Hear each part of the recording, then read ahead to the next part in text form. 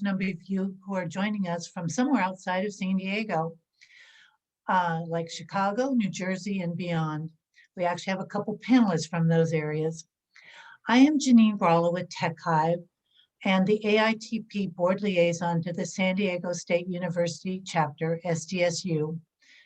I am so proud that we have a former student chapter member on this panel, and you will meet her a little bit later along with the rest of the panelists. AITP is the Association of Information Technology Professionals and has been around in one form or another for over 60 years.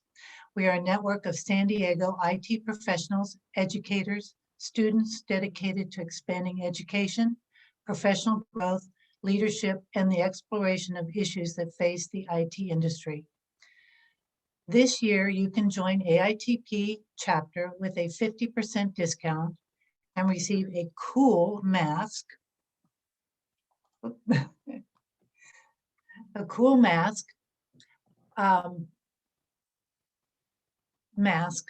In addition, we have a very fun event that's coming up in April, and it will be for members only. So you want to make sure that you join today.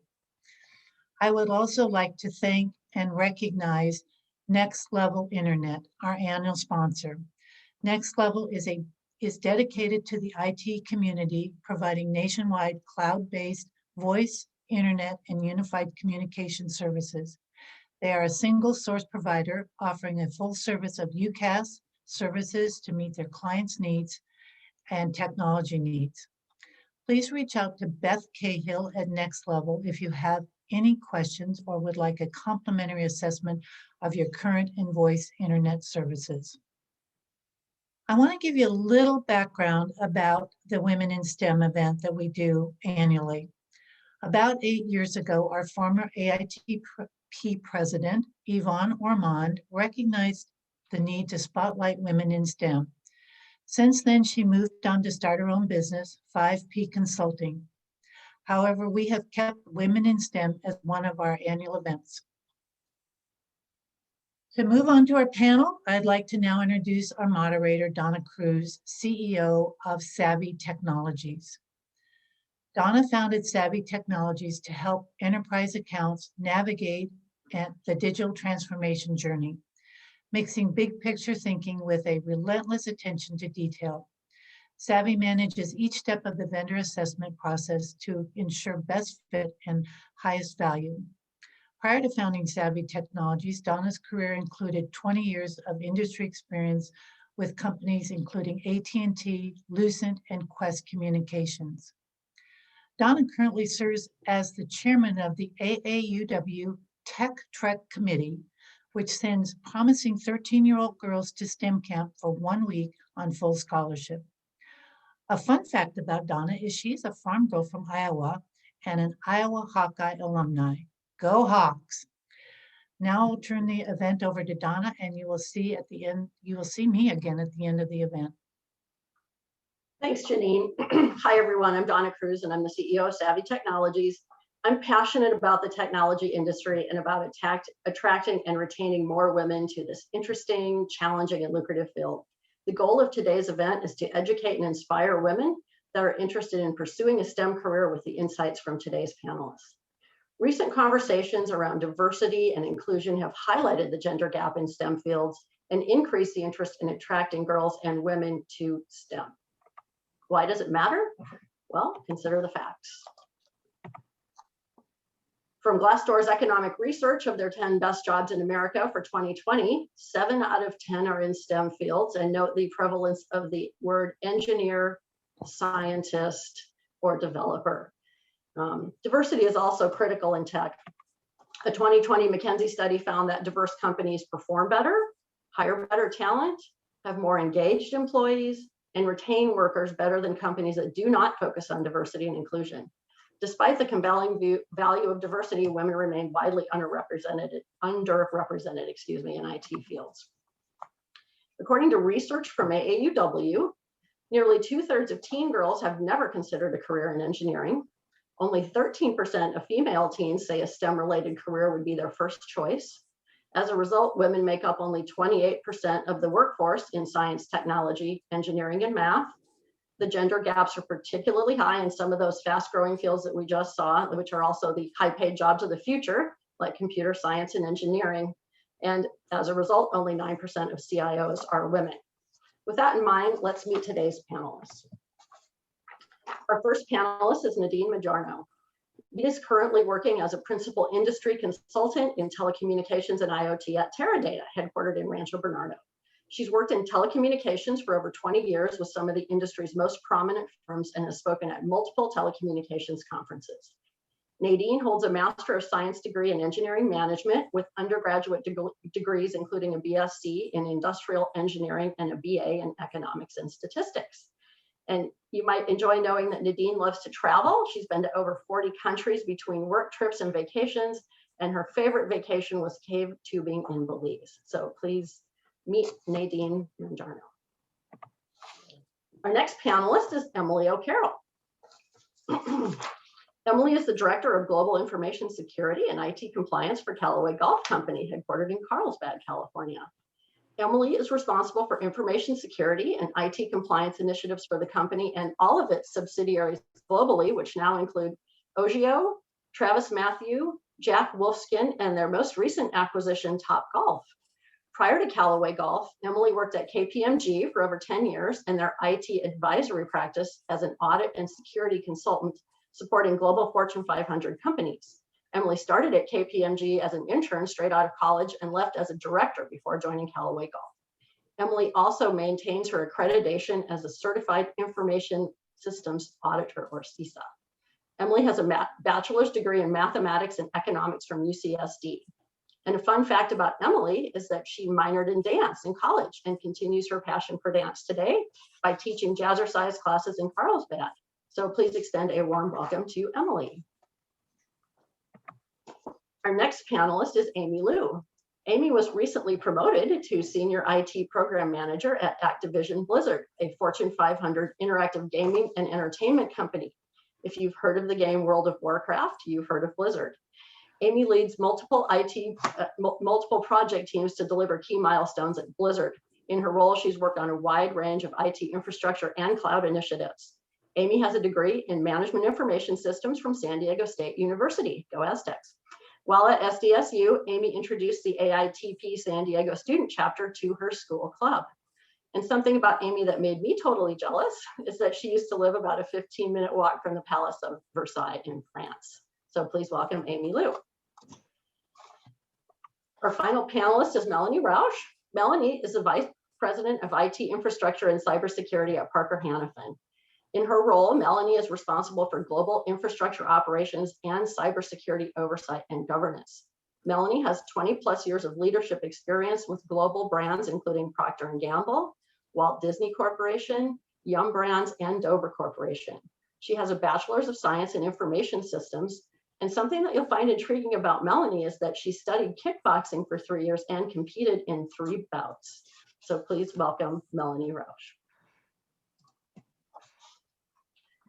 Just wanted to mention that at the end of our event here, time permitting, we will take questions from the audience. So if you guys have a question for all panelists or for a specific panelist, please put those in the Q&A area of the event, and Steve will be accumulating those questions for us.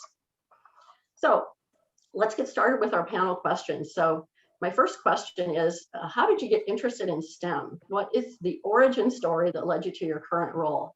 Nadine, I loved what you shared about being an immigrant, you know, the guest speaker at your school that was your inspiration for a STEM career in the Rutgers outreach program. Can you start us off? Yes, good afternoon, Donna, thank you. So I started in STEM because we had some engineers from RCA. RCA was they worked with NASA, and they had some of the astronauts in the space program in their facility, and they came to our school, which is in New Brunswick, New Jersey, and spoke to us about their different career opportunities in engineering and what they did on a day-to-day.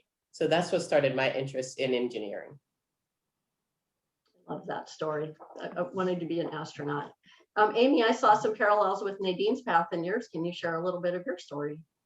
Yeah, for sure. So my family and I immigrated from Malaysia to San Diego We didn't have a lot of money growing up, so in the funds that we did have, my dad would like try to build us like a neat little home entertainment experience. And so from there, I've just always been a big fan of tech, especially entertainment tech. And so when I went to school, started an accounting major, thought that would be a good path, but I took my first information systems course, absolutely fell in love with it. I was like, this is amazing. I don't have to get a computer science degree, but I can also still learn the business side of the house. And so like I swapped my sort of emphasis in school at that time and just kind of never looked back. So I was like excited that there was this blend of like computer science and business as a major, loved it, and I'm still enjoying it today. Great, that's so awesome. Emily, tell us a little bit about your path into STEM and cyber. Sure. So I grew up, I always loved math. I loved problem solving, crunching numbers. My dad had a huge passion for math as well. And I was good at it. I used to help my brothers with their math, even my older brother. And then when I went to UCSD, you know, like many freshmen, I debated what I would focus on. And at the time, we didn't have a business school at UCSD. And so I looked at econ, I looked at math, and people said, well, you should probably add that econ degree so you can get a job when you're done. I debated a lot of careers in the math field, but despite some folks in the math department, I'm a big extrovert as well. And a lot of math careers I felt I might not enjoy for that reason. And I also didn't want to go straight to get my master's after my bachelor's and started looking for jobs. And that was the first year that KPMG posted an internship position at UCSD in their IT advisory group. And, you know, like a lot of graduating seniors, I thought, this sounds good. This is a well-known firm and I don't know what it means, but I'm going to go for it. And thankfully, I got the job, I think, because I, at the time, was training for a marathon, and so was the hiring manager. So we bonded on that. Anyways, yeah, it led into a career in IT, and I did a ton of on-the-job training, and I'm very thankful for that. Yeah, an awesome experience. And then Melanie, tell us how you came to pursue a STEM career. Yeah, no, thank you, Donna. So if I'm honest about it, you know, the how kind of I fell into a STEM career is by necessity. So I grew up in a family of everyone was teachers. And so I just naturally thought, you know, I was going to be a teacher.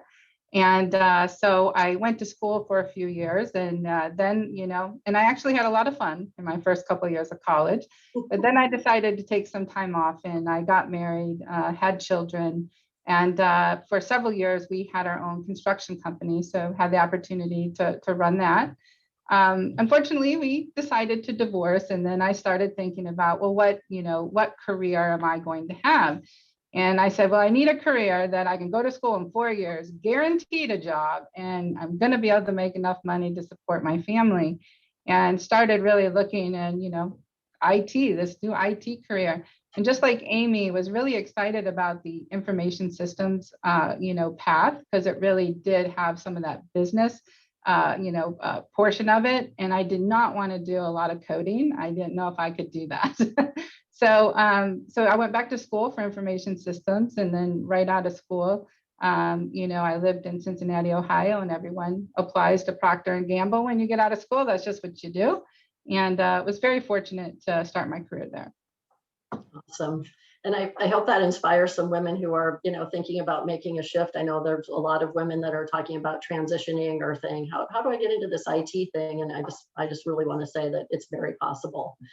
My next question is about what unique hurdles you might have experienced, either just pursuing a STEM career or as a woman in a STEM career. Emily, you shared something interesting about, you know, what you learned about kind of the pay gap and self-advocacy. Can you talk to us a little bit about that? Sure. So I think it is really important to advocate for yourself. I think it's incredibly important to, you know, to not be afraid to raise your hand and ask for help. I think all people in their careers, regardless of gender, I think you will be most successful if you work well in teams, and if you network with other experts in your field. And I think that has helped me be successful in my career. It's helped me build a successful team, a supportive team that can accomplish major global projects. And I think, it's important to start that early on in your career, to help understand, what's outside of the bubble that you know of when you join a company for your first job, or whether you're on, your second, third career, whatever it may be. I think don't be afraid to ask for help. Don't be afraid to, find mentors and get advice. And you're not going to be the expert in everything, and that's okay. Yeah, good, very good. Melanie, you told kind of a funny story. You had a bit of a different experience with early career versus later roles. Let me know what you'd like to share about that. Yeah, I think, there's two different obstacles that I would share. I think the very first obstacle that I had was going back to school. I went back to school a little later in life, and, I had my son. And when I went into the information systems program, I had quite a few of my professors really question, like, are you sure this is something you want to do? We don't really have a lot, usually see a lot of women come through, much less a mother with, children. And so I think, that was my very first, experience with somebody questioning, why would I want to go into that career? But I'm pretty stubborn. My dad will tell you that. And so it just made me want to do it that much more and do that much better. And I think, through my career, I was very fortunate to work at organizations that had a very diverse culture and really supported that. When you think about Disney and Yum Brands and even Procter and Gamble. So I, spent a lot of my career, and I really had great experiences and not a lot of roadblocks. But I did, which this made my experience that much more shocking to me, I think. I did have a leader that came into the organization and, really questioned, about a woman being leading cybersecurity practice.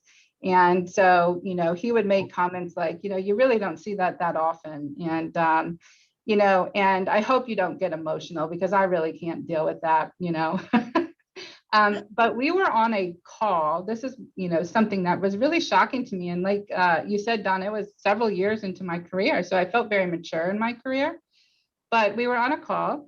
There was about 17 people on the call. I was the only woman on the call. And all of the gentlemen on the call were my peers, and I've worked with for 4 years. And when this new leader came in, we were all on a call, and I said something. He asked me to repeat it. And so I started to repeat it. He goes, never mind. He said, I do speak blonde, by the way. Now, for me, again, I'm very mature in my career. I've never had this issue. I really didn't know what to say, right? I mean, and it was quite shocking for me. So I think, I went back, I thought about it, and, and then I did go and talk to him about it. And then one time he did ask me something, and I said, I thought you spoke blonde. But I think, one of the things I learned is that, we do face these challenges, and it can be any time in your career. It can be any place. And I think you do have to learn to speak up for yourself. And when it doesn't feel right, say it. Yeah, so true. Great feedback. I love that. I speak blonde story. Being a blonde myself. I still speak blonde. So. That's it. So Nadine, what would you add regarding your challenges as both, an immigrant and a woman of color in the tech field? Oh, it started a long time, I think, from college, right? So I was in an inner city school. So when I went to college, I feel like I really wasn't prepared to start out with. And I remember I went for help, and I was told that not everyone is cut out to be an engineer. And so I started from that side. I've been in a lot of meetings where I was the only one, or only female, or only Black woman in the meeting, or Black person in the meeting. And so I think a lot of times it's difficult to get your points heard. And then sometimes I was always labeled as being aggressive if I spoke up. And it's just natural for me to speak up. If I have something to say, I'm going to say it. It's just in my nature. So I think that's been the struggle. And then finding mentors. I think, I don't know if it was Emily mentioned about having mentors. It was difficult for me to find mentors. I've never really had a good mentor in my career. And I think that would have made a difference in terms of like progress. And in cases where I got frustrated, I didn't really have somebody to go and talk to. So there were times when I just left companies because I got frustrated with the politics and what I considered nonsense to be going on. So I would say to somebody who's coming up, a younger person, to try to find mentors for yourself. And also, you always have to be your own advocate. I've had a lot of situations where I had to speak up for myself, and I was never afraid to do it. But sometimes I think that became an issue because sometimes it's how you speak up. So speaking up is not always a problem, but finding the right way to speak up and advocate for yourself, I think, is very important. And so I think you have to be persistent in this area as well. I was persistent and I ran into a lot of roadblocks. Like I said, from college, not being prepared, not learning how to navigate the system, learning how to go for help, ask for help. That's something I learned in the process. So I would say asking for help early, finding an advocate in any company that you go to work for, and then being your own advocate is equally more important. And then definitely try to find a mentor. Yeah, good points, all, Nadine. Thank you. And then Amy, when we talked, you had a little different take on this topic, which I was actually very happy to hear. So would you share that, please?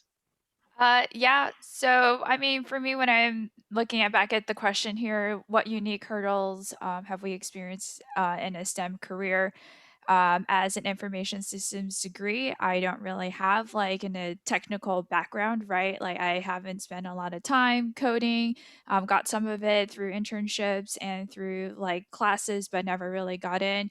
So to be a technical program manager in a very like engineering heavy space, it's been kind of a challenge for myself to understand, put myself in the engineer's shoes, to understand what they need so that I can understand to build out a project plan and whatnot. And so it's at this hurdle, I think, and I don't know if it's like just for my particular role, but I think for some PMs where we have this information systems background, it's like, where do we find the balance between being able to provide the business requirements and balancing it out with understanding the engineering side of the house to facilitate conversations with the group. So that's been fun, and I look forward to learning from the engineers a lot on a day-to-day basis, just learning about the tech and getting to understand that a bit more. Great, thank you. Donna, would you mind if I add to Amy's comment real quick? No, not at all. Great. So Amy pointed out, that she came without having programming knowledge or direct engineering experience. My background is kind of similar. A lot of folks that are in my field come with a management information systems background, and I come from an audit world and then kind of fell into security with the consulting roles that I had. Now I've hit some turning points in my career, and now, as a leader in security, I find sometimes I do doubt myself a lot because I haven't been in that engineering role before, and I have lots of engineers on my team that I work with. I personally, like even today, I like to, get my hands dirty every once in a while.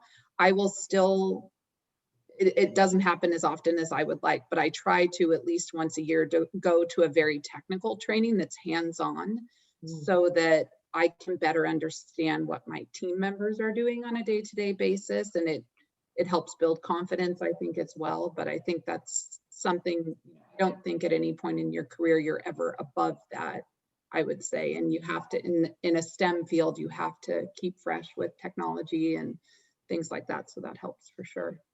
So true, so true. I think I probably spend at least an hour every day learning something new, right? It's just for sure. Trainings you can sit in on. So I couldn't agree with that more.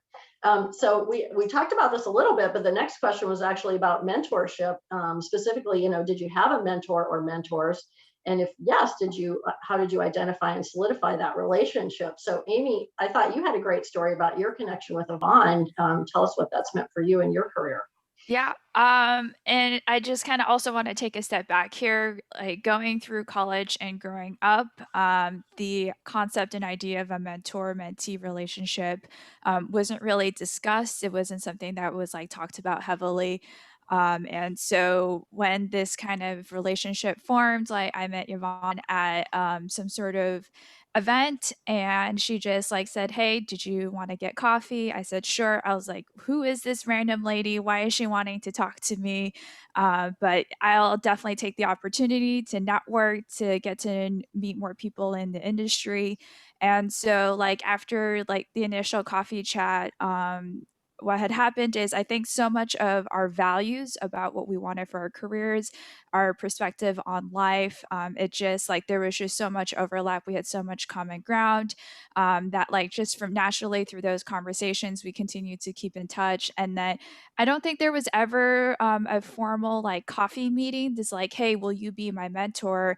And I'd be like, "Yeah, cool. Like definitely sign me up for it." It was a very natural thing, right? Like I don't think the mentor relationship should be forced. It's like you have to find the right person, figure out like what it is like you as a person are looking for, and is that mentor going to be a good match to help you get there. And also depends on what it is that you want. And so she and I, after 6 years later, we still keep in touch, and she's a fantastic mentor in that she doesn't tell me like what I should do, but help talk me through like, "Hey, let's like lay out the path. What is the process for it?" She will share some of her experiences to help guide, but I think it's fantastic having someone to just be able to listen and understand where you're coming from so that they can help you get there wherever you want in your next career. So thank you, and shout out to her for Yeah. being an amazing mentor. Yes, and for starting this whole event. Thank you, Yvonne. So Emily, you had an interesting story because you had somebody that you were kind of working with as a client that kind of became a mentor and has continued to be a connection. So tell us a little bit about how that came to be. Sure. So at KPMG, the mentoring program is very formal, and it's part of your goals. So I always just thought that was normal. And then when I left the consulting world, I realized, oh, there isn't such a huge focus on a formal mentorship program. And, as you further your career, who do you surround yourself with to do that? And I think, especially, I do see that there are some men on attending today, which is very exciting. Thank you for joining. I think that some folks, a lot of times men, if you have this conversation, they'll say, "Oh, well, let me find a woman that can be your mentor." And finding a female mentor is wonderful, but especially in STEM fields, there's not that many of us. I mean, I can tell you I'm one of 7 on our IT leadership team, right? And then when I go to conferences, particularly, I'm sure Melanie can attest to this, security conferences, maybe 1 in 50. I get mistaken for, I think I told you this story, Donna, at a security conference. There was a pet product conference sharing the same hotel. And I can't tell you the number of times that week that people at the hotel told me I was going to the wrong conference. Every day, multiple times a day, because I was going to Black Hat, which is a security conference, and they all assumed I was at the pet conference. No surprise. Anyways, I think when it comes to mentorships, I mean, if you can find a female leader that you really respect and can relate to, you have to be able to talk to that person if they're really going to be a true mentor for you. I think that's wonderful. I've had challenges finding folks that are available, especially women, but I have had great female mentors. But I think I have some fabulous male mentors now in my life. And I think what I look for is men that try to elevate women and try to bring them into, bring them to the table, whether it's a networking event, introducing them when they're one of 50 women there, something like that, asking them to speak on panels like this. And when I see a male colleague or peer that really is an advocate for women, I definitely look for that in my male mentors. And I think that not only benefits me to find leaders like that, but it also benefits all of us to in a way, mentor back and share with them ways that they can elevate women in the workforce. Good point. Great point. Thank you. Nadine, you kind of mentioned earlier a little bit about how lack of mentorship has impacted you. Tell us more about that, if you would mind. Yeah, so like I said, throughout my career, I really searched for mentors, but didn't really have the opportunity to find any solid mentor along the way. So I kind of just crafted my own career path. I thought about, and it's silly to say, but maybe some people will do it this way. I thought about how much money I wanted to make. And so I moved accordingly with those things. Like if I needed to double my salary or increase my salary by certain percentages that I wasn't making at the company where I was, I didn't look for new opportunities that would enable me to do that. Mm-hmm. I think it's really important to have that, though, to have that advocate, someone you can go and talk to, because I think there are certain companies I worked for which, I would have stayed there longer and probably gone up further in the chain. But I just didn't feel the support. And then after, you may run into one situation or two situations that was really frustrating. And so when others came to you with new opportunities, then it was easier to move along. So I would say it's important for not only the companies to make sure that if they have certain employees that they want to move up in certain tracks, that they provide that mentoring for them so that they would find a reason to stay at the company. So it's more than just that. You have to set up career paths for the person as well as mentoring. And I think for a lot of women in tech, it would be good to have that kind of a guided career path, right? I had to figure that out myself. And so I would say for a young person, if you can't find a mentor, then think about, where you want to take your career and set your sights on that, because you're going to run into a lot of things that at times could discourage you and make you switch career choices, or even from the college level, change majors. And I think you have to really know what is it that you want and lock into that, and don't let anyone deter you. I think I've been very stubborn, and that helped me to a certain degree, right? Because even when a lot of people, if I go back to when I was in college, by sophomore year, a lot of people dropped out of engineering school, and it was expected. They told us freshman year, like half of you would be done. And then by that time, I did see that come into fruition. Mm-hmm. And so for me, I thought to myself, I'm not leaving till I have my degree. And so even with my career, it's like at a certain point, I want to make this much money. And I use that as a guiding thing. But I mean, now that I'm older, and I think I see things a little differently, then I think about, where do I really want to go with my career? But I still set that path for myself. And I think it was Melanie that said it, you have to continuously learn. I am working on 5G related things now. So 5G is different from 4G. So I have to continuously learn, update my skills, re-educate myself, because the technology is constantly moving. And so if you're not challenging yourself to learn the new technologies, then you're going to be left behind. And knowing the newer technologies also come with the career growth opportunities. So for me, I always look for areas where people aren't that excited to go into because it's difficult or it's challenging, and I position myself there. So I would recommend that for the younger women coming up. Great advice, thank you. And then Melanie, what would you share about your mentorship experiences? So I think first I would say that, I feel very fortunate that I had an opportunity to work for many, many great leaders in my career. And I think, you're able to learn from each one of them. And I always tell people that even if it isn't a great experience, there's still something to learn there, because sometimes learning what not to do is just as valuable as learning like maybe what you should do. But when I went to work for Disney, I went to work for a lady named Ann Coons. And Ann Coons went to be Disney's first CISO ever. And so when I went to work for her, at first, I really didn't realize that she was mentoring me, right? I really kind of thought maybe she doesn't like me that much because she's always like challenging me, right? And I think it was, what she would tell me later is that, I saw something in you that I don't think you saw in yourself. And so, by hands down, she was the most influential person in my career. And, everything that I didn't want to do. So I would tell her, I don't like to present in public. I'm not really good with that. And I used to prepare her for all of her meetings with executives. So I would do the slides, I would prep her, she's ready to go. And then one day she turned to me and she slid the presentation across the table back at me. And she said, tomorrow you're going to present this.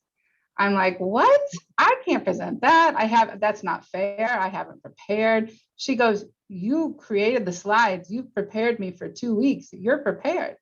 So I remember going home that night and I was just sick to my stomach. I thought, oh my gosh, this is the worst thing ever. But it went well. And one of the things that I really learned from her is, a lot of the things that you don't like to do, I mean, do them more, do them all the time. That's the only way that you're going to get better at it. And another thing that she taught me was, when an opportunity comes, don't think about it too long, because you can think of a million reasons of why you shouldn't do it, why you're not ready for it. When the opportunity comes, just say yes and go for it. And then I think the other thing that she taught me is that sometimes, and many times, you can be your own biggest obstacle. With the self-doubt and thinking that you're not good enough or that you can't do it. And so she just always pushed me in that direction. You can do it. Why not you? And so just always appreciated that. But I think it was really what helped me in my career. And I still think today, 21 years later, I'm like, what would Ann have done?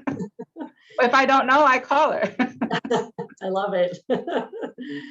Yeah, that's such a great story. I love how kind of the pushing you out of the nest. Like you said, I wasn't sure if she even liked me because she was always pushing me. And Donna, one more thing, if I could just say about Ann. So I saw this picture of her that was always inspirational for me. And so, like we talked about in this career, many times you are the only woman in the room or on the project. And there was a picture of her that I always kept, and she was in a big room, like a board of directors room, with completely full, all men. And then there was her sitting at the head of the table, and she had her feet up on the desk crossed, and she was just herself. So I just always appreciated that. I love that story. Well, thank you guys. So, of course, we couldn't have a panel during this whole time of COVID without talking about COVID. So my question is, what unique challenges has COVID created in your working life? And that can include, remote work, collaborating with your work team, wrangling the kids and the full-time jobs, et cetera. So Melanie, jumping back to you, you just joined Parker before COVID hit. So share with us a bit about that, please. Yes, I joined Parker last March 2nd. And so on March 2nd, I joined, and I, had a few handshakes when I met people. I think it was day 2, we were doing the elbow bump. Day 3, it was 3 feet. Then day 4, it was 6 feet apart. And on March 11th, we started sending everybody home around the world to work remotely.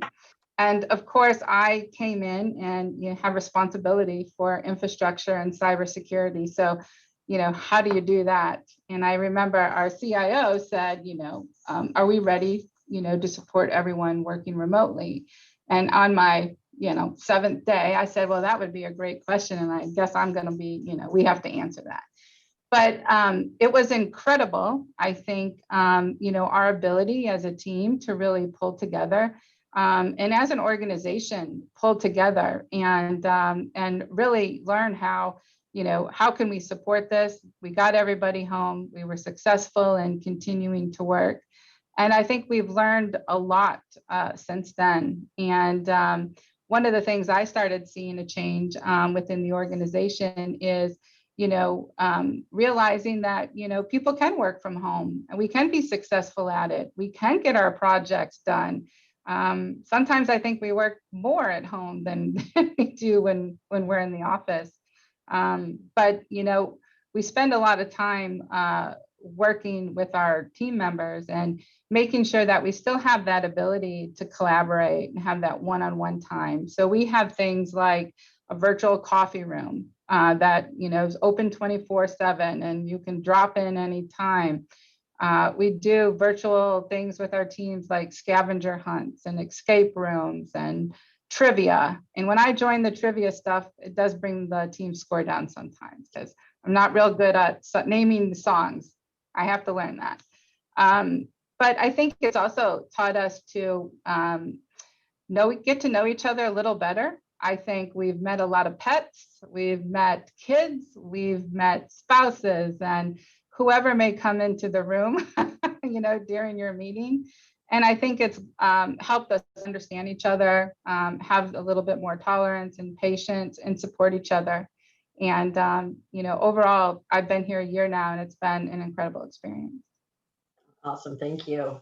Emily, talk to us a little bit about your COVID juggling act with your family. Sure. So I think a lot of parallels to Melanie. I think going back to not being afraid to get your hands dirty, no matter what level you're at. When COVID hit and we had to move everybody from working from home, Callaway was not a work from home type of company. It was a lot of work, standing up new VPN appliances, a lot of end user support, getting our multi-factor authentication all set up and users onboarded. Our engineers, our admins were super, super busy. And as you can imagine, a lot of training needs to happen for people that have never sat at a laptop out, or a computer outside of the office for their job. So I said, I can do the training because my team and our infrastructure team has to do the work. So, and then at the same time, at the time my kids were 3 and my older one turned 6 on the day of the shutdowns, March 13th, very easy to remember. It was an interesting time. I was on, Microsoft Teams meetings all day long, doing training, having kids running around. But I will say that spring, my family was very conservative with, the quarantine and all of that. And we had no help because all of our family lives out of town and they were also being very cautious. Both my kids were home until we didn't get any help from family till the summer. So, and then both my kids didn't return to school until September. And then my older one is still home 3 days a week with us. Right now, to be honest with you, compared to the spring, it seems like a piece of cake. My husband and I have figured out the juggling act as best as we can, but it is a serious juggling act. And I'm very thankful to have a partner that supports my career and that is willing to juggle with me, is willing to cook dinner, is willing to take the kids places when he needs to. I think that's so important for if we have any, especially younger participants on, that's important when you look for your partner in life that, I talked about finding a mentor earlier that elevates women, supports women, advocates for women. I would say the exact same in your partner when you're deciding your life partner, your parenting partner. I think it's so important to have, a successful, thriving career. You need someone who believes in you, who supports you, and who's willing to pick up the slack when you can't. So we've each had our moments, and there's definitely been a lot of yelling at our house, but it's been an interesting year. And I think, we figured it out as best as we can. I'm very thankful. Mid-April, both my kids will be in school 5 days a week. I'm so excited. Yay. Yay. Slowly getting back. Yeah. Thank you. That's such a great story. I appreciate that. Nadine, you'd mentioned that your work life was hugely impacted, just kind of in terms of, you're used to being like on a plane and traveling all the time. So talk to us about that. I think right before COVID, actually, I think we had our last trip in Vancouver. And I think I had gone to Jamaica on a personal, so I go back and forth. But yeah, I was traveling a lot to Latin America, Mexico City, Argentina, and different places. And so, and even traveling out to San Diego, where you guys are, that's where our headquarters is. And COVID, we haven't gone anywhere. I think its impact is, I had worked from home for many years prior to COVID. So the work from home part, I think I had gotten accustomed to. So I was sort of happy about that in the sense that I didn't have to learn that all new, right? But I think, the ability to meet as teams face to face it's difficult to replace that, where you can whiteboard things on a board, you know, in front of the group and talk through it. I think, you know, Zoom is good, but it's different, right? It's not the same. And I think that's negatively impacted us somewhat, whether people want to admit it or not. So I can't wait till we get back to where we can travel. But yeah, I think, and then having that FaceTime with customers, I think is very important. And we haven't been able to do that. We have a lot of these kind of meetings, and it's just not the same. So I think that's, you know, I think it won't go back to exactly how it was before. And then with Teradata, a lot of people, the highly skilled people are in specialized areas, they work remotely because they travel back and forth to customer sites. And so that's been a limiting factor.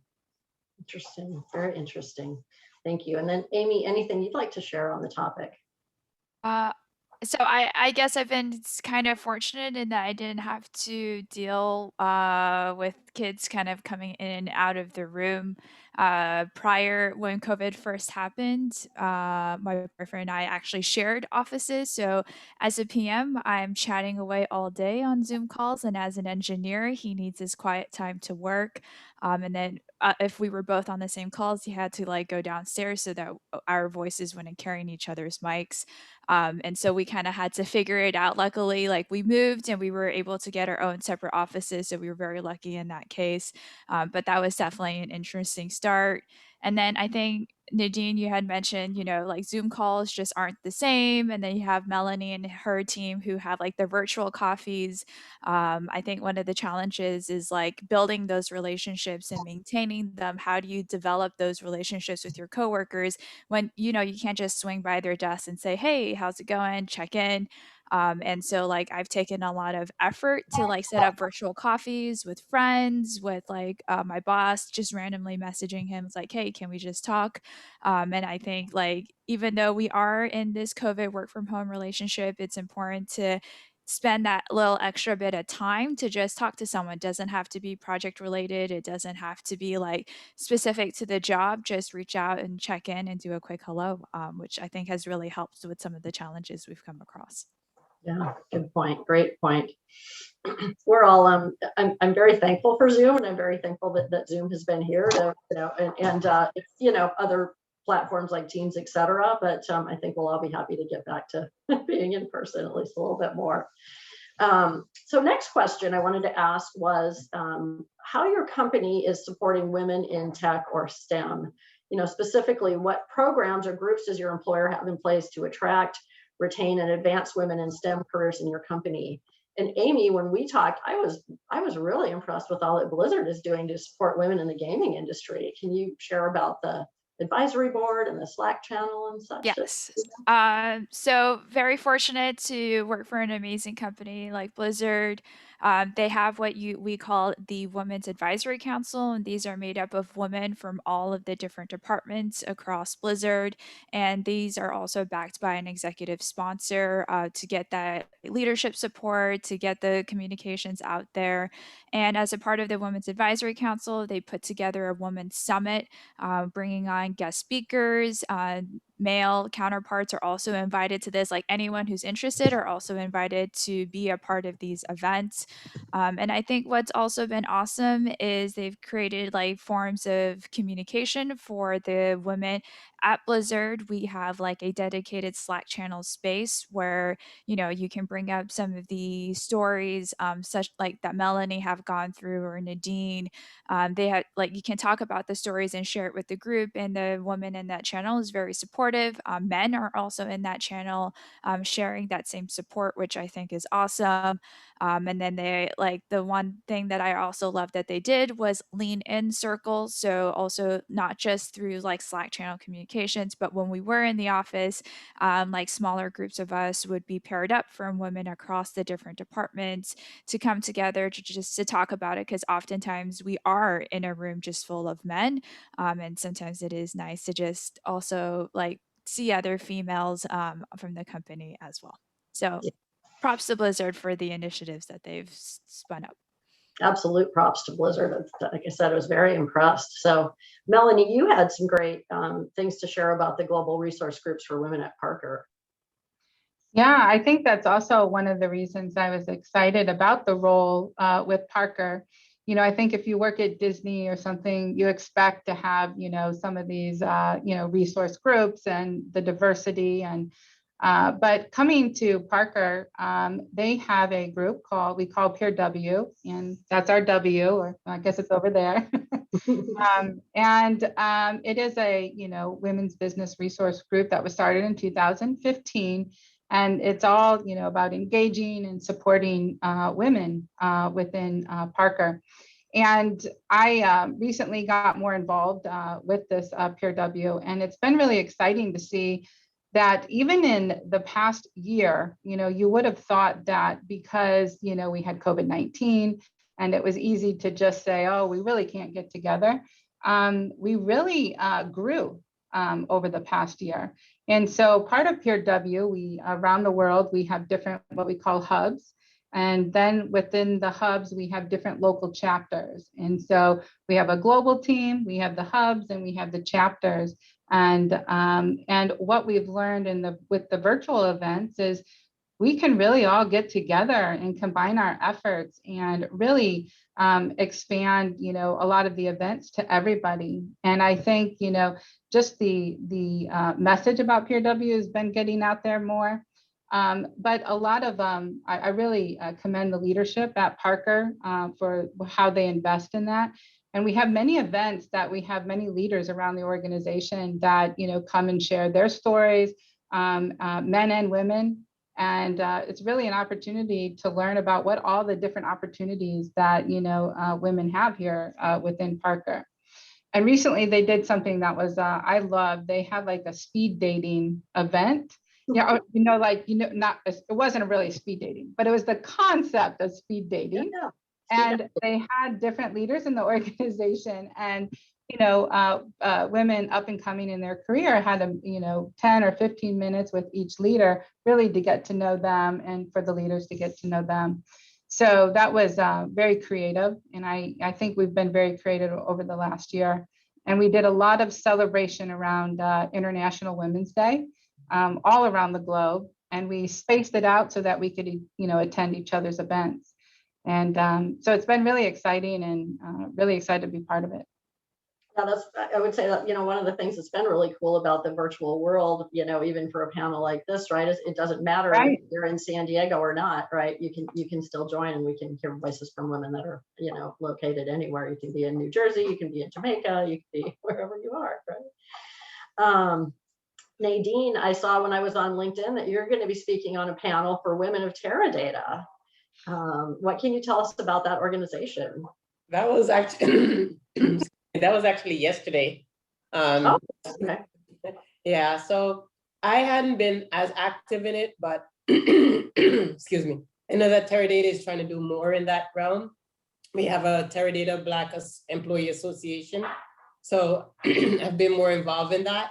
But the Women of Teradata is a global organization because Teradata is a global company. And so I look forward to doing more activities within that organization this coming year.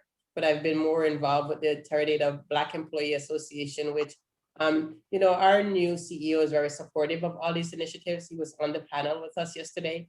So I think that's very impressive. And I think it will help us a lot as we mature. So we are, you know, growing in that area.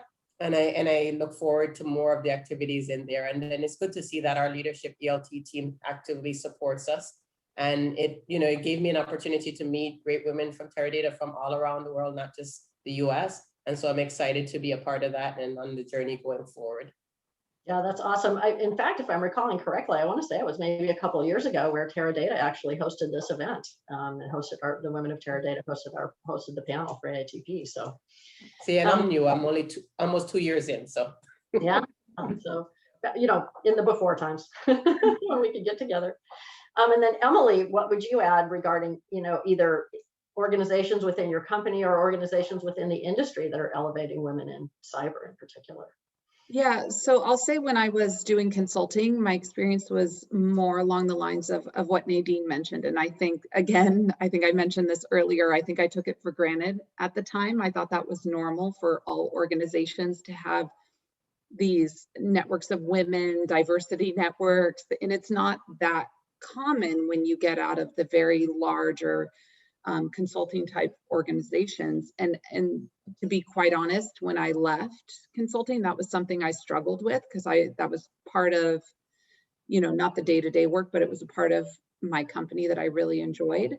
And I've had to, since then, I think that's a valuable, it's valuable for me in my career, and from a personal standpoint, I've been lucky enough, you know, I think our company has put more focus in recent years, more so before COVID, with budget cuts and people being remote. But we had some emerging leaders program. That was something new our HR department was rolling out, and some management training programs, which were wonderful. But outside of that, being a woman in STEM, I've really been networking with other people to find out what else is out there, and find out for my team members as well. One of my mentors that I mentioned earlier, he brought me into a CISO roundtable for San Diego, which has been invaluable for my career and networking in our San Diego community. I try whenever I can. We don't do it often enough, but sometimes we're able to bring our team members, so I try to do that when we can. And then more recently, and I was going to put this in the chat because it's a great option for anyone, especially women interested in cybersecurity.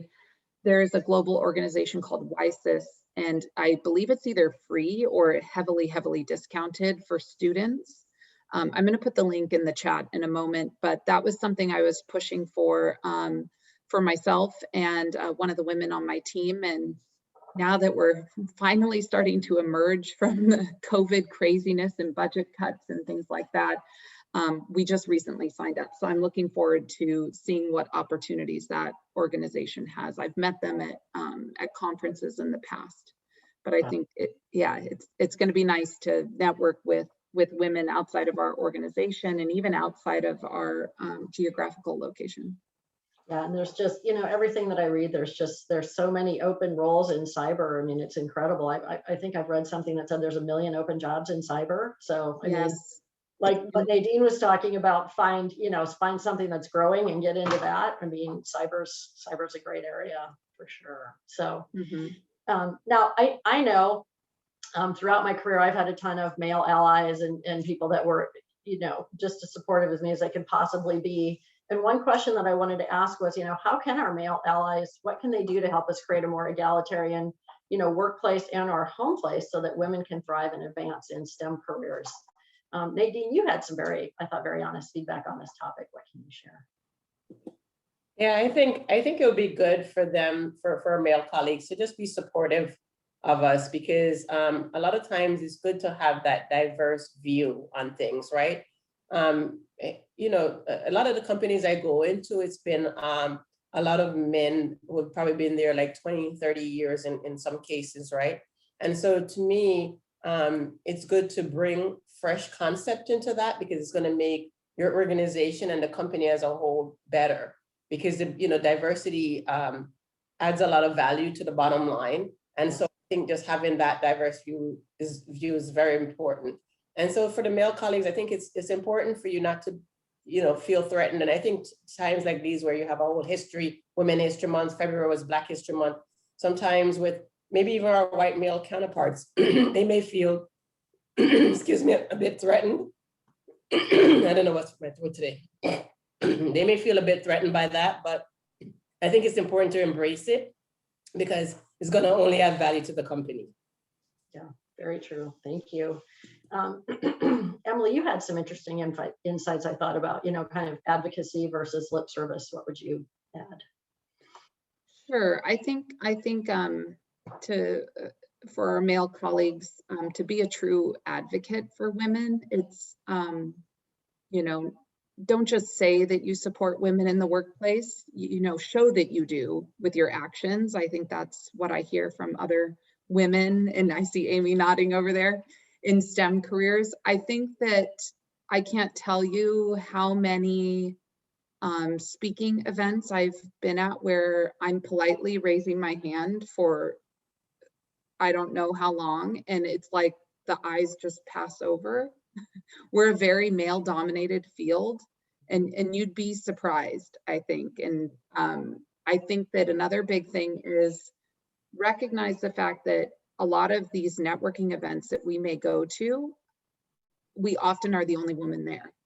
And it's as simple as if you see another woman that you've interacted at another event and you're in a circle of men that probably all know each other, invite that woman into the conversation, into that circle of conversation, introduce who they are, where they work, maybe how you know each other, to make her feel more comfortable to join the conversation. It can be intimidating at all levels, it is, you know, and I think I've learned, and sometimes I don't have the energy for it, to be quite honest. It takes a lot of courage sometimes to put yourself out there if you don't have that male colleague in a sea of men to do it for you. And sometimes I'm just tired and I don't have the time for it. So I think I have a lot of male colleagues and advocates that I know will do that, but there are a lot still out there, you know, that will not. Also, invite women to these events that you're going to. If there's a golf event, don't assume that she doesn't want to go. Maybe she doesn't want to go. Maybe she doesn't want to golf, but you're probably doing drinks or lunch at some point in that golf event as well, and open that part up to her. You know, there's a lot of options, and I think just the invitation goes a long way. I agree, very true. I sat on it, or I attended another panel where a woman was talking about this, and she was kind of talking about it in the VC world, and she said, you know, another thing you can think about is doing things that are inclusive, you know, that everyone can participate in, right? Mm-hmm. You know, just kind of flipping the script. So, Amy, what would you add regarding the egalitarian workplace? I mean, actually, this question, when I was first thinking about like how do I want to respond to this, like what message do I want to deliver here? And I actually see my boss on the call today joining this panel, and he actually had, and I totally support this response that he had. It's like one of the things that the male allies can do is to take the time to find women candidates when they're doing the hiring to help create that diversity, right? I know for our team, it's been harder to find female candidates, especially right in the IT world. And so he and the person who's like doing the recruiting for us, like take a lot of time to review resumes, to go and search for those resumes. And he's also like hired two female folks on the team to be leaders on the team, and that has created somewhat of that balance. So hiring is one, and then I think the second thing, and I forget who had mentioned it, but is like the continued support, right? Not just Emily had mentioned like, hey, don't just talk about it, do something about it. And like to me, the male allies like to take action, like the fact that my boss and his boss is also both on the call today here and listening to this. I think like that support is awesome. Like sometimes you don't need to take specific action, but to just listen and be advocates for it and to help encourage and give us those opportunities really help to create that more egalitarian workplace that we're trying to build. Yes, and thank you, bosses, for being here. Melanie, what would you share about the egalitarian workplace? So I think everyone had, you know, really great comments. Just one thing, we've talked about the business, you know, resource groups, so the women's business resource groups. And when we have these groups and when we have these events, you know, I would encourage, you know, our male colleagues to sign up for it, come to the events, join the conversation, because we really do want you to be involved. And, you know, it's not a women's only club. And so get involved, come to the events. And then I think the one thing that I always think about is, you know, sometimes I think you can find yourself in a situation like I shared about somebody saying, you know, I speak blonde. And women may not always feel comfortable speaking up or defending themselves like in a situation like that. So if you are, you know, in a situation like that and you're a male colleague and you see that kind of behavior, then you speak up. It may be easier for you to speak up than it is for them to speak up. Great point. Excellent point. Thank you. So just one more question, and then we'll start taking some questions from the audience. So what one piece of advice would you like to share with the women in this virtual room that are aspiring to STEM careers or leadership roles. Nadine, would you lead us off? I would say just be persistent, because you're going to run into a lot of roadblocks, and you have to know what your goals are and never let anyone deter you from that, and define your own path. Like, where do you want to go? Where do you see yourself going? And regardless of who you are, what your background is, stick to that, right? And I think then take on challenges. Don't shy away from challenges, because that's where you're going to shine. To me, I always think of it like, if everyone could do this, then it's not worth much. Which is sounds weird, but I like to find the opportunities where people shy away from. Not everyone wants to do it because it's too difficult or it's not an easy area. And I think then that's your area to shine. Find your unique part of that, that you can stand out in and be the best at it. And so my advice, and just be persistent, believe in yourself. I love it. I love it. Emily, what would you share with the group?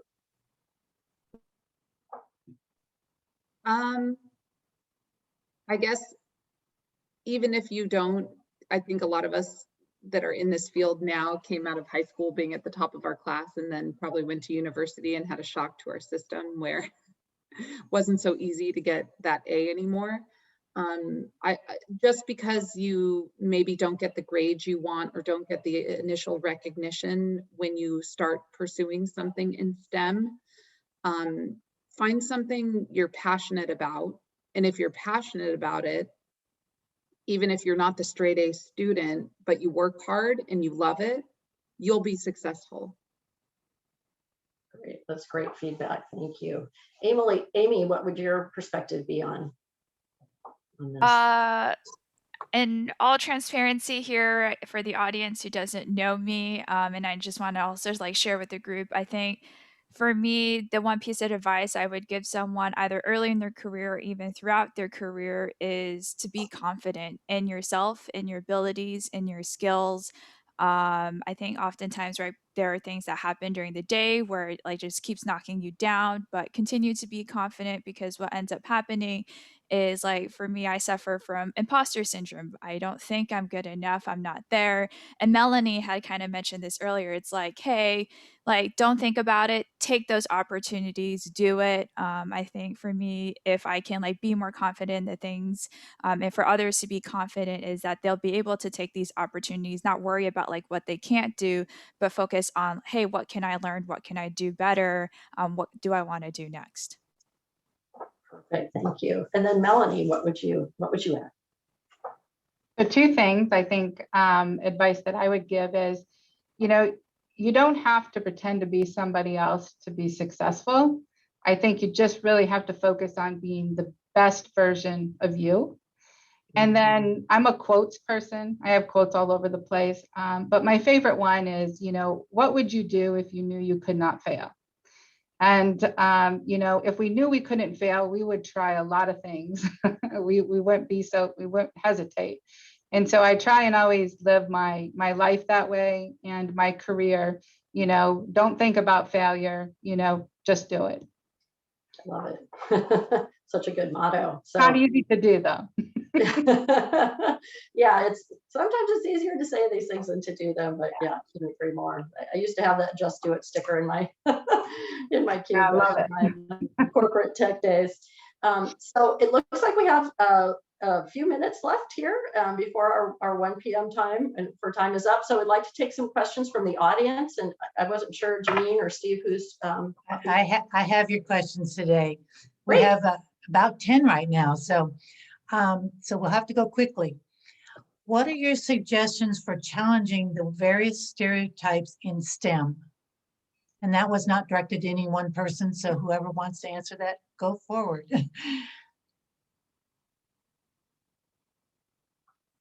Want me to read again? What are your suggestions for challenging the various stereotypes in STEM? I think you could just be an example of what's possible by going out there and doing it. Like somebody like myself, usually don't see a lot of Black women in STEM. So me being there and being a woman in STEM is an example. So I think being that example is one way. And then to me, I think you have to challenge people. Like when you see certain things, don't be afraid to speak up and maybe it doesn't necessarily need to be public, but you can pull somebody aside and say something, because I still see, opportunities for improvement in that, right?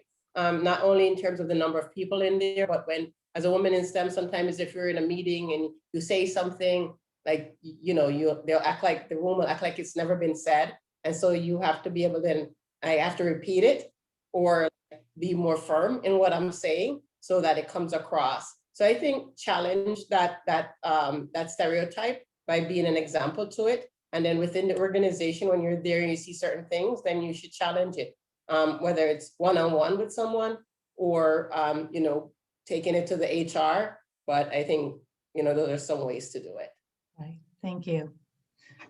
Nadine or Janine, can I add ahead. to that? Yes, absolutely. I think too, take some time to reflect and determine what your own strengths are and really showcase those when you get the opportunity. I'm going to give an example on one of my team members, and she's actually on right now, so hopefully I don't embarrass her too much, but she does a lot of technical security penetration testing.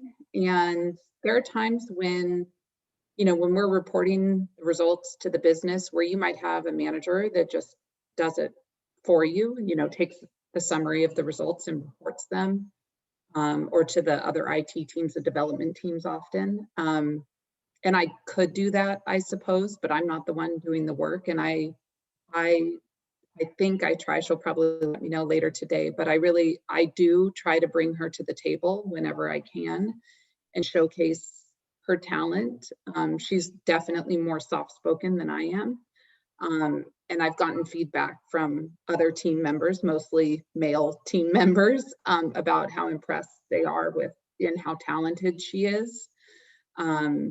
And I think, it goes a long way as you advance your career, as a leader too, to make sure you give those opportunities to, everyone on your team. But I think it's especially helpful for women on the team.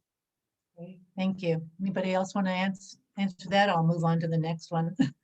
Just to build off just a moment what Nadine said, about being that example, right? I think, we do have to do that. And I think the best way to challenge that is to show, how great we can be in our career, and that we have great ideas, and you have to speak up and you have to market yourself. Next question is, I have 2 daughters entering the science healthcare field. What would be 1 or 2 key tips for them? So I may read it again. I can, so one of the things that we recently started doing is partnering with outside organizations from our PRW perspective. And some of those organizations, one is that Girls Who Code. Then we have a couple others in EMEA. One is around inspiring young girls. And so when I think about, there's a lot of opportunity and there's a lot of groups in place today where I think young women can go and learn a lot about different careers, about different opportunities. Sometimes, we do like a day in the career, and bring people in and let them see what does that really look like. So if I was, I would recommend getting, your daughters into some programs like that, where they really have an opportunity to start learning more about these different careers. Yeah, yes, I would second that. There's Red Hat Junior for young programmers. I got my niece who's 8 years old into that program, and they teach them coding, and it's building that skill set, and she's already on to like doing mini projects and things like that. So by the time she gets to junior high or high school, she will be well versed in coding and not intimidated by it. So I think definitely, I second what Melanie said, get them into programs where they are introduced to it and build their confidence in it, so it's not totally new to them. Did you have? Sorry, Yeah. one more thing to add there. Depending on how old they are, I know that like high schools and colleges will also work with various programs as well.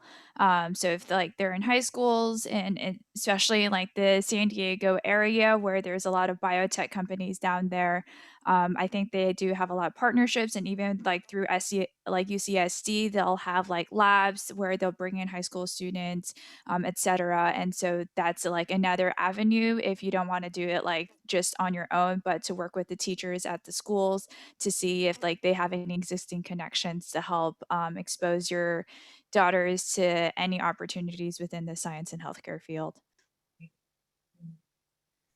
If I may add one more thing.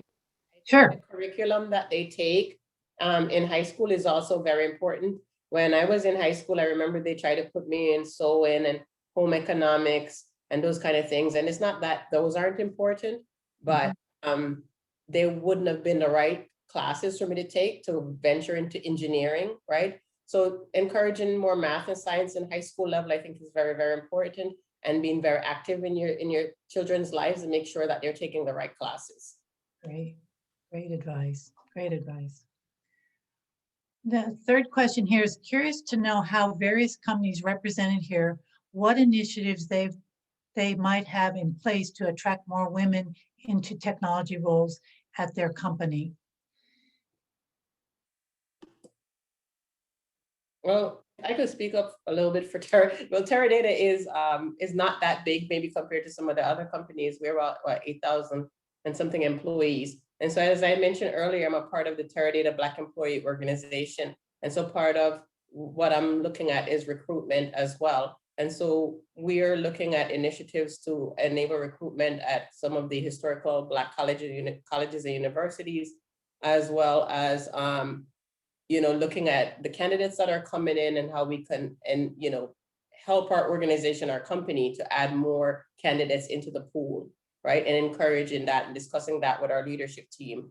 And so we have representative from the leadership, the ELT team, who attends our meeting and is our advocate. And so we promote those ideas through that arrangement. So I think definitely encouraging more candidates into the job pool. I think Amy had mentioned it earlier. So it starts there. And then they have internship opportunities. So you want to make sure that more women and girls are applying for those kind of opportunities. Anybody else have comment on that? I would like to add that, when you look at the statistics about kind of STEM and teenage girls and the age at which young girls turn away from STEM topics, I think one of the things that's super important is inspiring young girls, to stay in STEM and exposing them to all the cool things. And, one thing any company can do is support these organizations like Girls Who Code, like, AAUW's Tech Trek, right? Like Latina Geeks, et cetera, where they're working very hard to, kind of up the pipeline. Because if we never fix the pipeline problem, we'll never, we'll never achieve that equality in the workplace. I agree with you, Donna, 100%. And I think that's what we've been really talking about, and it's going to be a focus for our Peer W group this year, is really how we reach out into our communities and start building that pipeline. And so we work a lot with local, colleges, going to career day, internships, I think I heard mentioned as well. And then last year, Parker appointed a VP of diversity and inclusion. And from that, we have some other new business resource groups that we're setting up, kind of following the same path that Peer W did. So I think we're really excited about that. But I think building that pipeline, and for us at Parker, I say Parker's like one of the largest companies you'll never hear of, just because of everything we do. We're building things that go into other things. So we really need to get, our name out there and make sure people know, and young girls know what opportunities they have here. Yeah, so true. I'm going to combine two questions. How and where can I find mentors? And then the other one is, how can I find someone in the STEM field to shadow, learn from, and help with research? And I think they kind of go together. So mentors and shadowing. And I know some of you had some, well, Melanie, you had one of the greatest mentors, I think it sounds like, but how do you find mentors, and how do you find someone to shadow in the STEM field? I don't know if there's an official way to go about it, but I was reading something and it says, like, you have to have something to give to the mentor as well, in the sense of it's a mutual exchange, right? So it's not a one-way thing. So maybe somebody who's younger and more adept at maybe using social media that could be their offer to a mentor, right? So I think you have to actually proactively go out there and look. And it maybe not necessarily have to be somebody who works at your company, maybe somebody else is in the field.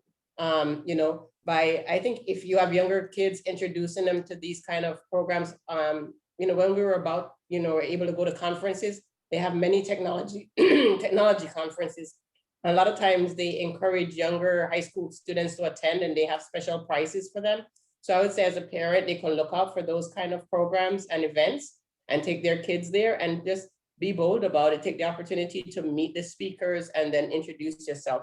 I think it's something that you have to proactively pursue outside of, you know, people that are in your circle.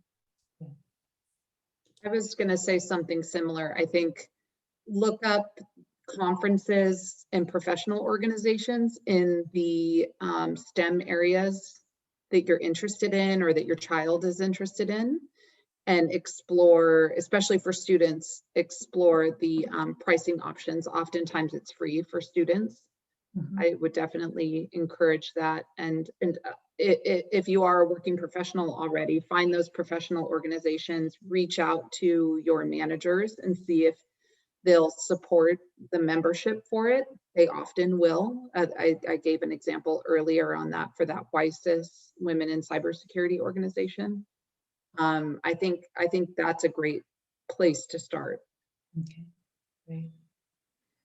Next question is, yes, Nadine, women who use their voice can be considered abrasive or difficult, but I don't think it is our problem to solve. Panelists' thoughts regarding how we move past this work culture perception in corporate America.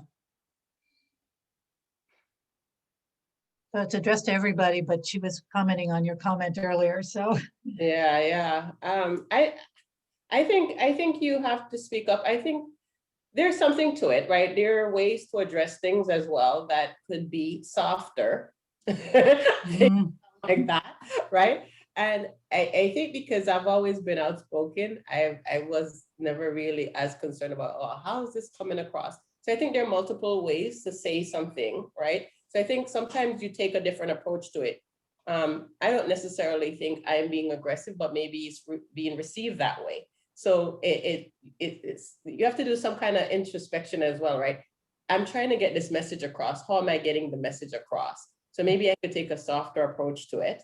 And that would go from a male's perspective too. Well, it's easier to be accepted from a man, but you could think about what you're saying and how you're saying it, and maybe find a new way to deliver that same message. So I would advocate for that.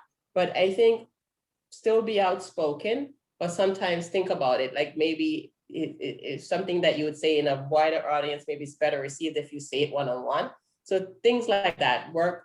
There is something about softer skills, and it's not necessarily a feminine thing per se, but it's how you say something. So for me, I've learned that over time, sometimes it's not necessarily what you're saying, but how you're saying it. And it works personally and professionally. So I would say still speak up, but find different ways of doing it.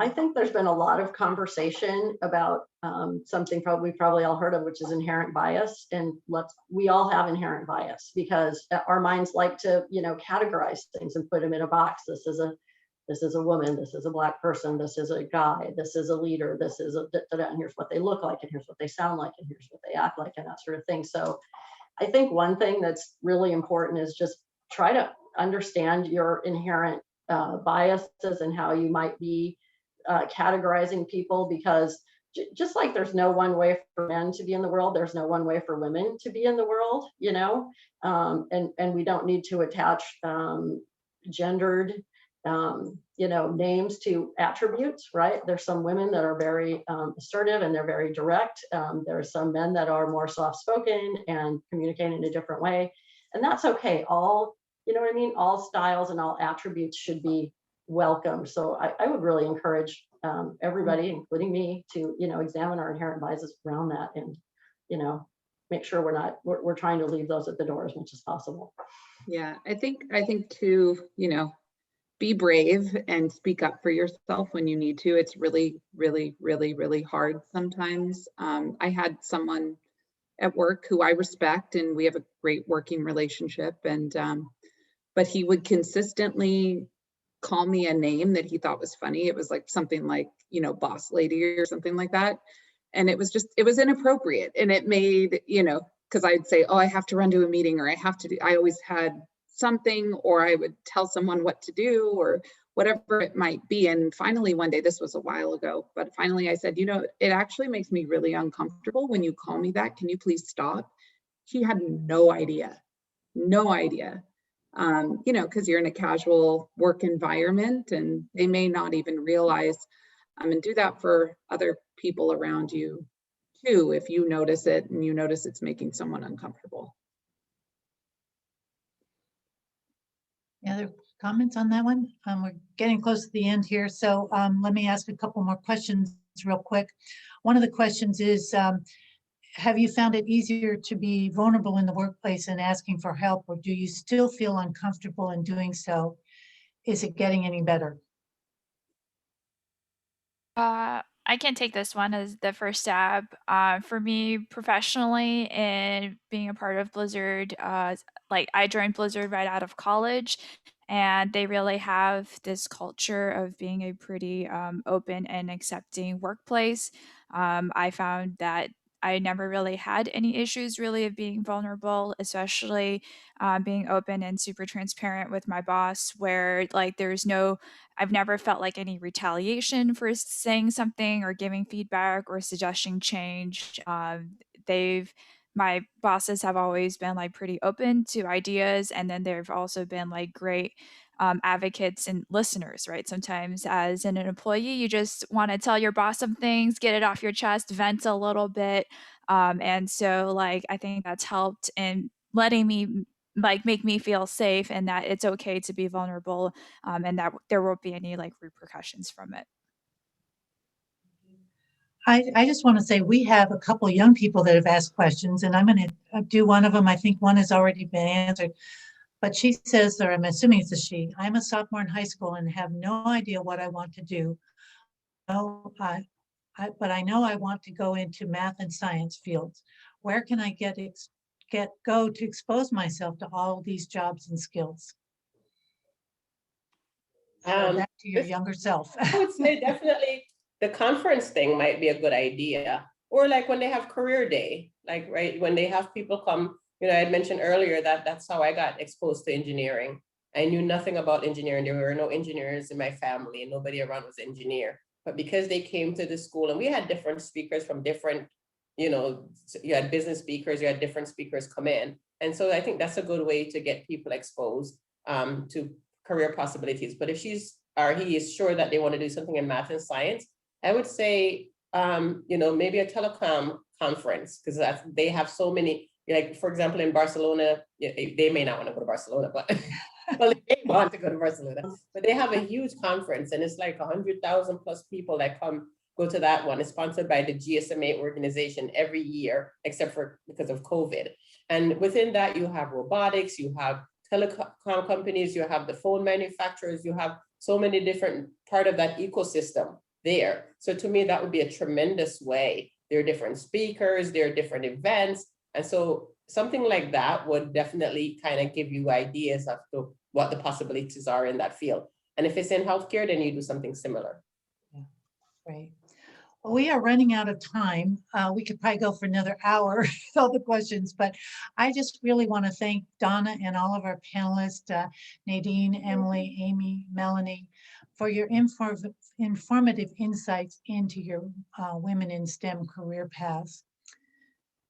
And I'd also want to again remind you that we are going to have a special event for members only, so I hope you will consider joining us. We are still at 50% off, and so use that membership code 21 is better, 2021 is better.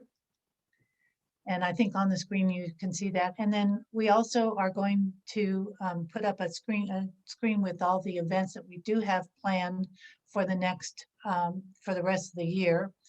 The next one will be a San Diego and SoCal IT roundtable with Procopio. And that was a fun event that we did in December. And so we'd love to have you come and join us for that, member or no member. So hope we see you there. And I also in particular want to thank Steve Sherrill, our co-president of the San Diego AITP. And he's the wizard that's been running the technology and hiding behind the curtain, so to speak. And he also introduced us to Melanie, who's been a great participant today. And then I also want to thank Fred Del Rosario, also co-president of the San Diego AITP, and our entire board for their support putting this event together. As I say, it takes a village, or in our case, it takes a board. So thank you again for joining us today. We hope we see you again soon in person. But for now, we look forward to having you join us on our Zoom events. Stay healthy and have a wonderful 2021. Thank you. Bye, everyone. Thanks for Thank being here. you.